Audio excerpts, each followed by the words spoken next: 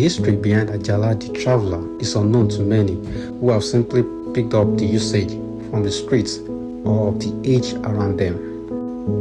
Ajala Traveler is used to refer to extensive travel or frequent traveling experience of a person as established by the origin of the name itself. You might have heard of the popular song by the musical icon Ebenezer Obey on Ajala, who traveled all over the world and simply wondered who he was. Olabisi Ajala was a socialite who came to limelight with his audacious traveling spirit. He was popular in Nigeria and beyond as Ajala the Traveler. While others would prefer to go on a trip with a nice car, Ajala toured the United States on a bicycle and the world on a scooter. By simply observing his hobby, Ajala, son of a traditionalist, rose to influence during his prime. Not only did his name resound in every household, but he was also hailed by popular musicians at the time, prominently by Chief Ebenezer Obey in 1972, in a song drawn from his album Board Member.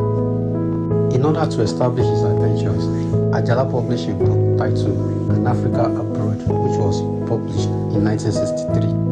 Aside his traveling experience, Ajala was also educated.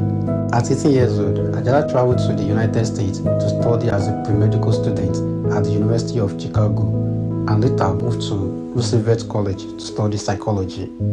Though Ajala wanted to study medicine to mock traditional practice and superstitious belief, he was so quick to develop another interest. Ajala rose to limelight in 1952 when he went on a lecture across the United States on a bike, covering a total of 2,280 miles in 28 days. Throughout his tour, he was dressed in elaborate traditional Nigerian attire, celebrating his ethnic and cultural heritage, as well as educating Americans on the beauty and sophistication of Nigeria.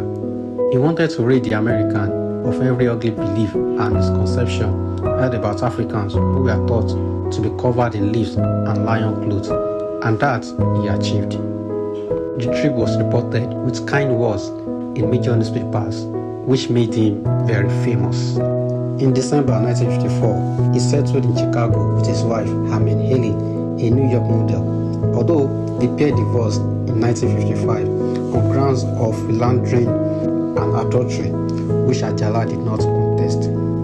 Following his widespread popularity in US, Ajala landed his first role, $300 weekly, for the movie White Witch Doctor, which was produced by the 20th Century Fox. In the movie, Ajala played the supporting role of Ola, a companion of Loni.